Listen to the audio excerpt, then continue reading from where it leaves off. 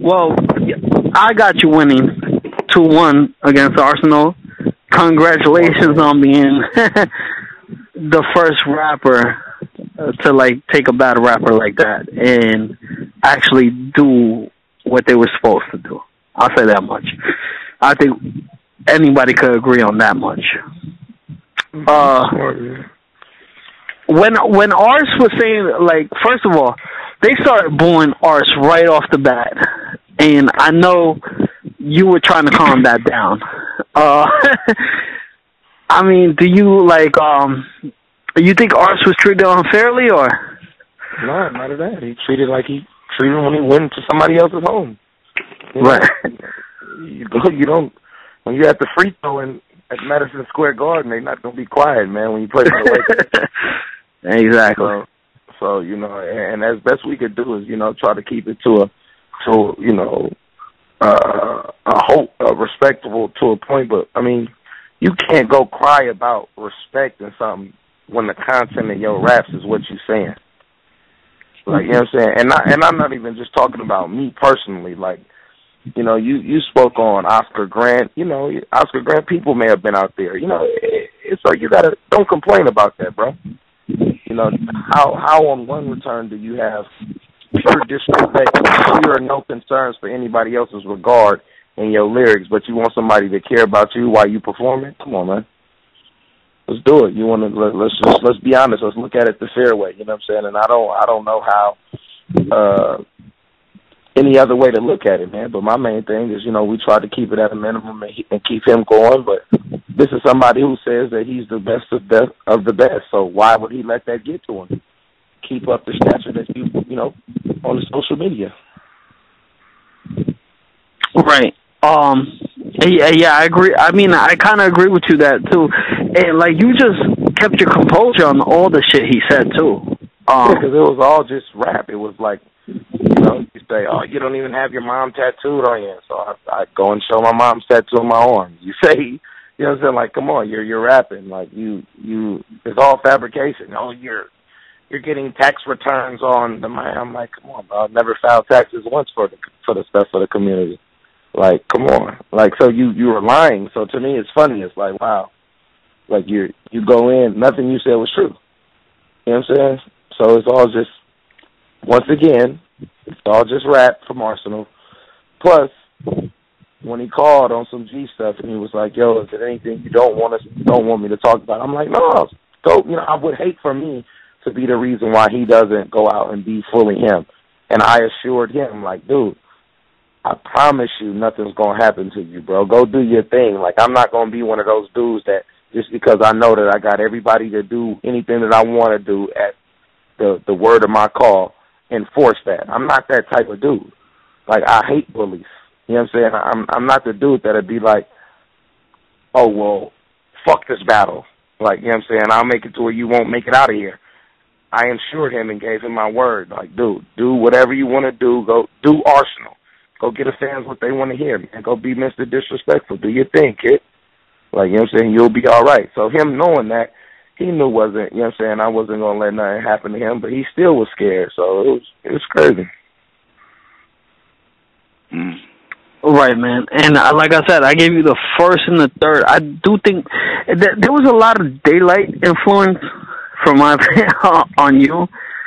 Yeah, most of the stuff Daylight was in the front row, so most of the shit I was just playing around, like talking to Day, like doing the stuff.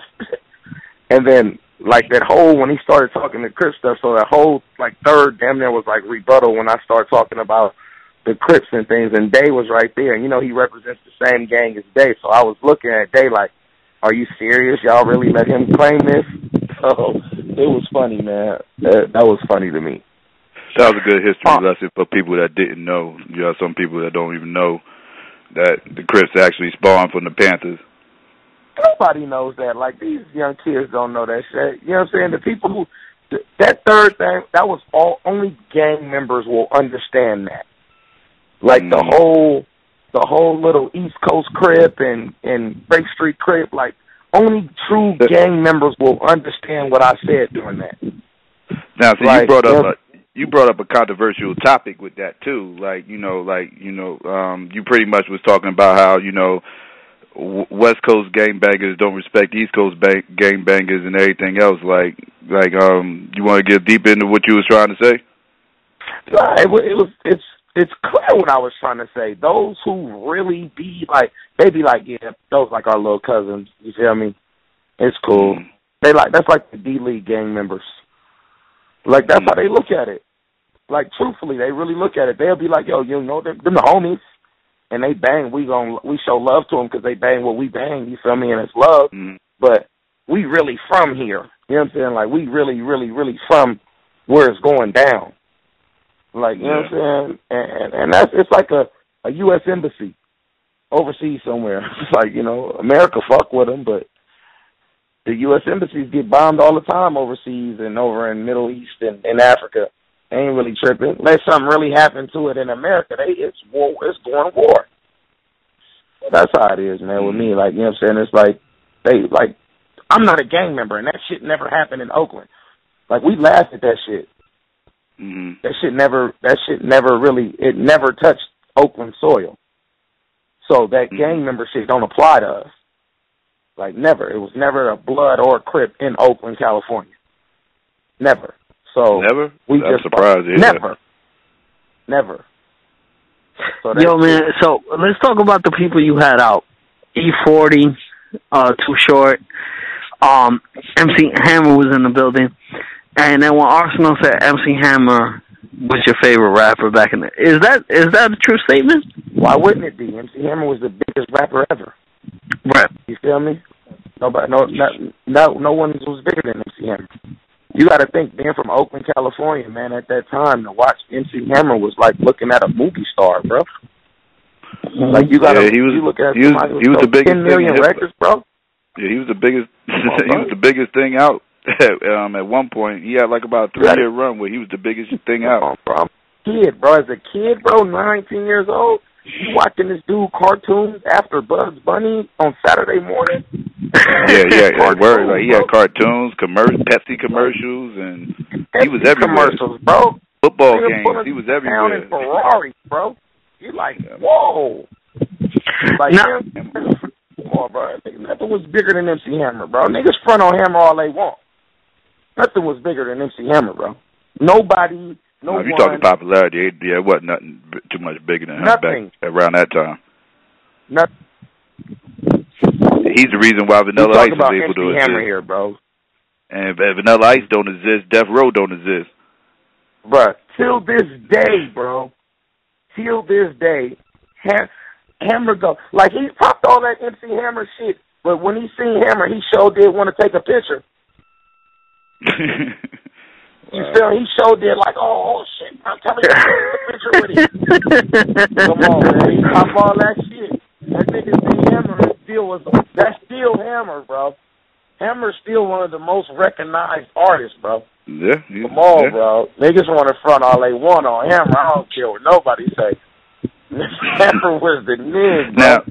Now there was a little controversy in the battle regarding to the time limit, and you obviously went longer than them in the first round, and then in the second round, Sway announced. I don't even know if Arsonal noticed that he announced it or whatever, but he announced that it was going to drop down to 6 minutes, and he was going to give you guys a 30-second grace period.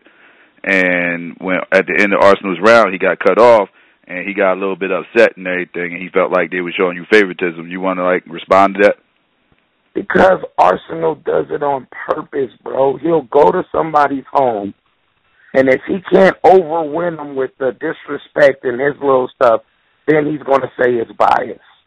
If he goes in there and if anything doesn't go his way, he'll start crying and he'll start complaining. He'll catch his little attitude. He'll start rolling his eyes. Start sucking his teeth, folding his arms. Like, you know what I'm saying? Like, battle rap has spoiled him. Like, you know what I'm saying? He ain't never had to perform in no hostile environments where it's like, that was the most hostile environment for him. Like, you know what I'm saying? For him to be on I agree. Was like I don't think I've ever seen Arsonal in a more hostile environment than that one. That was pretty hostile for him. Like, because he normally goes places and the fans, he wins them over.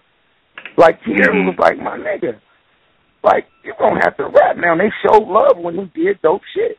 Like, you know what I'm saying? Nigga, no, it wasn't just, oh, fuck Arsonal. No, he had fans in the building. It seemed like they was vibing with him in the first round, but in the second round, when they mentioned some incident you had at San Francisco, they turned on him. Yeah, what was that incident about? In Oakland. What was that incident about? What was he trying to get? Because it didn't even seem like he got everything he wanted to get out about that, because the crowd started going crazy. Because it wasn't true. He like, oh, you got into it with these dudes in Oakland. It was like, dude, that didn't happen in Oakland. Like, stop lying, bro. Like, the crowd started screaming you was by yourself in Frisco when it wasn't in Oakland. That's what the crowd was saying. Like, oh, did this, you did that. Like, come on, my nigga. Like, get your facts straight, cousin. You know what's up. If you're going to lie about it, don't lie about it.